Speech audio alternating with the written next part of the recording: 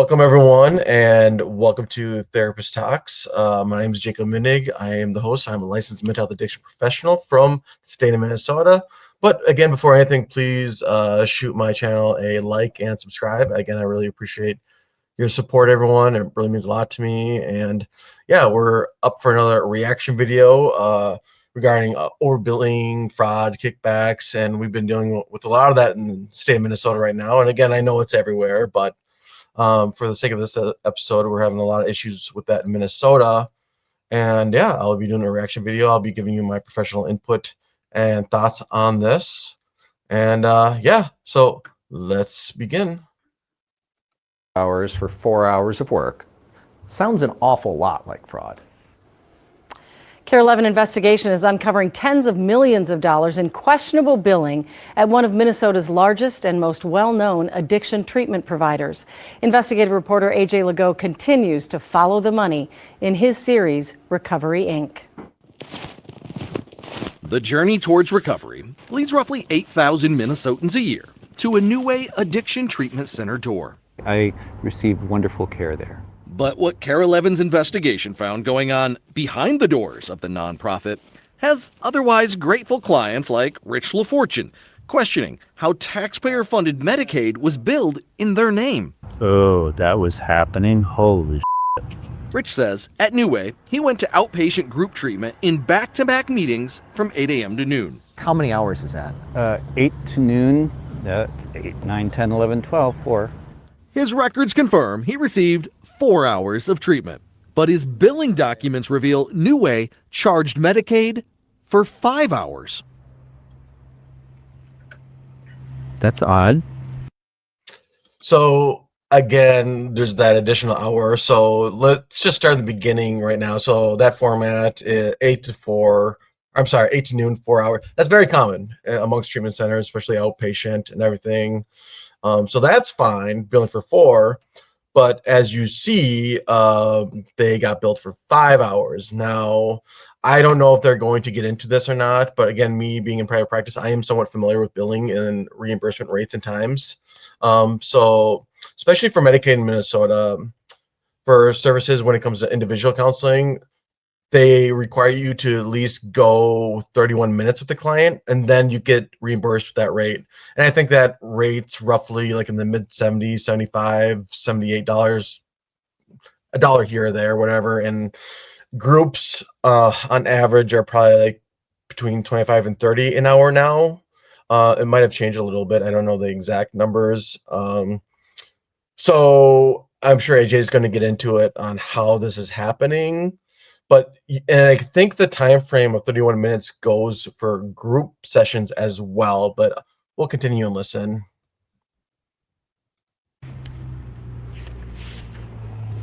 That's not correct math. I'll be blunt. Yeah. Billing for 5 hours for 4 hours of work sounds an awful lot like fraud. But they're not billing 5 hours for 4 hours work. What they're doing is billing in a way that's consistent with the instruction that DHS gave. David Glazer is New Way's attorney. He argues the Minnesota Department of Human Services gave treatment providers unclear billing instructions and New Way broke no rules. The government's instruction was once you cross the midpoint of a unit, you can bill a unit. This gets complicated. He's right. It does get complicated, and I'm not saying anything about the attorney, Dave Glazer. I think he does a phenomenal, amazing work and everything. Yeah, I personally feel, in my professional opinion, he's right. Like, treatment centers were just going off of what DHS was saying and the policies and rules that they were stating, right, in documentation, 31 minutes or going to a particular time frame. Like I said, I think they mentioned something about going over halfway counts as a unit or as a billable unit and so forth. So, and again, in my professional opinion, like the attorney was saying, is that they were just going off of DHS guidelines, where in my personal professional opinion, DHS was not doing enough to focus on this issue. They made it like very broad. And yeah, maybe like some treatment centers were taking advantage of it. Maybe deep down they knew what they were doing is kind of wrong, but they, in a way, always had this defense in the sense of like, this is what DHS stated as the rules and regulations. So Here's what we found happening. Treatment sessions are billed to Medicaid by the hour. The rules state that in order to bill for that hour, the session must go past the midpoint. New Way exploited that midpoint rule, scheduling their treatment sessions in 35-minute blocks. So for 35 minutes of treatment, taxpayers were charged for a full hour. But then, records show New Way also double billed. Here's how. From 8 to 8:35, they'd bill for an hour. Then at 8:45, they'd start billing for another hour, double billing for the overlapping 15 minutes. That means every 4 hours of treatment, they billed for 5 hours, inflating their billing by 20%. yeah, and again, it might not seem like a lot now, but it really adds up. So if you just take that extra hour, and depending on how many years treatment centers like this have been doing it, it could easily add up to millions of dollars. And I'm sure AJ is going to get into it later in this video. Now, again, this particular treatment center, like, they're not the only ones that got into this trouble. Other treatment centers were doing it. I'm not going to name any names, but I know for a fact they were doing it. They were just maybe the biggest one that got caught because they're billing the most sessions, because they're bigger, they have multiple facilities, which again equals more money. So yeah. So yeah. Carol Evans' investigation uncovered internal records that reveal top New Way employees were concerned that what they were doing equated to tens of millions of dollars in fraud. This email is dated August 11th, 2022. It's from Morgan Kluwender, New Way's Revenue Cycle Director, addressed to CFO John Marston. It says, knowing that we continue to send duplicative claims out daily, I would advise that we stop sending claims, citing the Center for Medicare and Medicaid Services definition of fraud, waste, and abuse. The email then details the double billing process and estimates in less than 3 years, they'd overbilled by 58. Yeah, I think every treatment center or private practice professional like myself, we do have to go through training. Or I think actually a lot of the insurance companies, like when you're in their network as providers or in the system, like Blue Cross Blue Shield, UCare, they make us go through like a fraud like test or quiz or whatnot, just so we know how to, again, bill in the appropriate manner so we avoid like exposure and fraud like this. So yeah, it's good education. And again, it's not just this treatment center. A lot of workers like LADCs or billing specialists like this, have told ownerships of these treatment centers in a way like, hey, we should stop doing this. Like, this is getting kind of dicey. We can get in big trouble. But obviously, a lot of them did not stop. And also, like, again, DHS didn't do anything about it. Even when there were complaints sent to DHS, they chose not to. So, $1 million. 2 weeks later, New Way's CFO Marston sends out this email that indicates they received legal guidance from the law firm Swanson Hatch, run by two former Minnesota attorneys general, that the practice of always billing just over the minimum required time is problematic, and they should align programming with the number of hours/units being billed. Both Kluwender and Marston declined Carol Evans' interview requests. Shocker. But their LinkedIn profiles show both left New Way within weeks of those emails being sent. Yikes. New Way's current attorney would not comment on past legal advice. Meanwhile, client records and state billing data show New Way ignored those internal fraud concerns and continued to charge Medicaid millions of dollars for more hours of treatment than they actually gave clients. That is a huge red flag. Doug Kelly is the former federal prosecutor in charge of the DOJ's white-collar crime section in Minnesota. He says federal investigators should be looking hard at New Way's billing, but DHS, which oversees Medicaid, has some major explaining to do. Yep. Who is asleep at the switch to allow this to go on for so long and for so many millions of dollars? That's a question Carol Evans has been asking for more than a year. our Recovery Inc. investigation. Can I just say something also regarding DHS and licensing boards and whatnot, or more so DHS? I swear to God, whenever I call them, whatever, it seems like there's only one person working and you're on hold, or you gotta wait just forever. Same with Medicaid too. Like, you know, like with them, it's just like the wait times are so damn long. And if you like turn in documentation for your treatment center private practice and you get one thing wrong on that documentation, let's say if like you're applying for a license or whatnot, they tell you you did it wrong, what you need to do. However, you still need to wait another month for us to take it in. So make the fix, send it, but then you still gotta wait a month. It's absolutely ridiculous.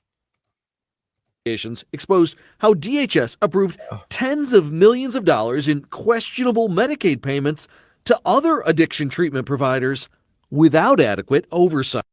I'm going to stop stopping so many times, but I'm going to do another video on the Evergreen Treatment Center as well after this, just to let everyone know.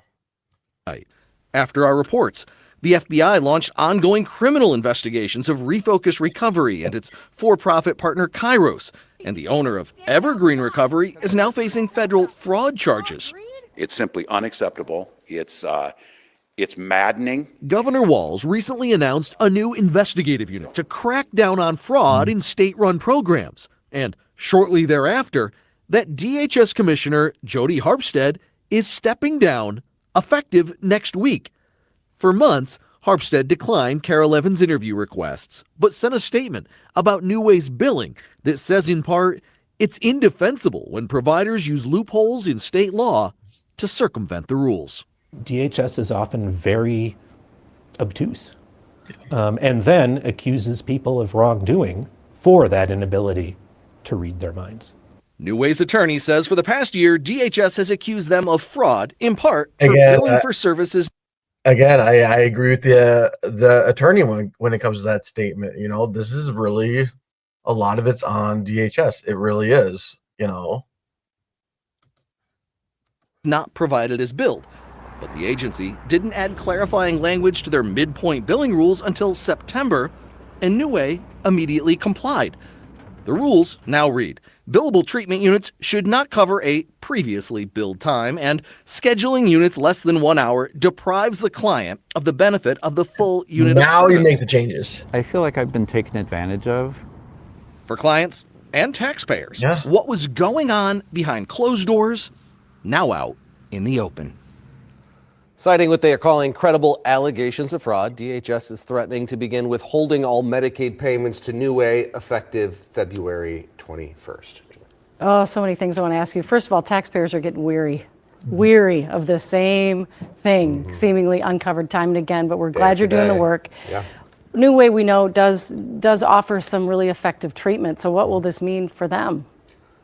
If DHS turns off the Medicaid payments like they're saying they're going to, it would effectively shut down the state's largest addiction treatment provider for low-income people. So clearly there's a lot at risk here for some of our state's most vulnerable. And our investigation actually continues Sunday as we expose how New Way's questionable billing made the nonprofit's leaders rich. All right, that's coming up on Sunday. I know there's some bipartisan reform also. Well, that does it for this episode. And yeah, what they're talking about is the potential of, again, their outpatient treatment centers getting shut down, which sadly also means their sober houses being shut down to, again, the funding being cut off. And that's like another thing too, is like my greatest fear is that, yeah, they're going to be a lot more stricter on these big treatment facilities, but I just feel like small private practices like myself or smaller treatment centers, we're going to get the, I don't know, more blunt of the issue, or more the short end of the stick, as one says, because again, we do not have the financial money to support ourselves like that. And I just feel like with the new legislation or policies being a lot more stricter, it's really going to hinder us when, again, we've done like, and when I say we, as in like smaller treatment centers, individual private practice like myself, you know, we did things the right way, and then yet they're still going to make things more stricter on us. And I think it's bullshit. It's not fair. And yeah, I have concerns about the treatment center field in the future because of this. And Yeah.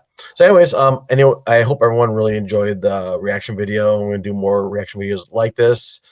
And again, before you leave, please hit the like and subscribe button. I really love the support all like I get from y'all, and please leave a comment down below if you have any questions about this or interest in future topics. Put those down too. And until next time, please be well.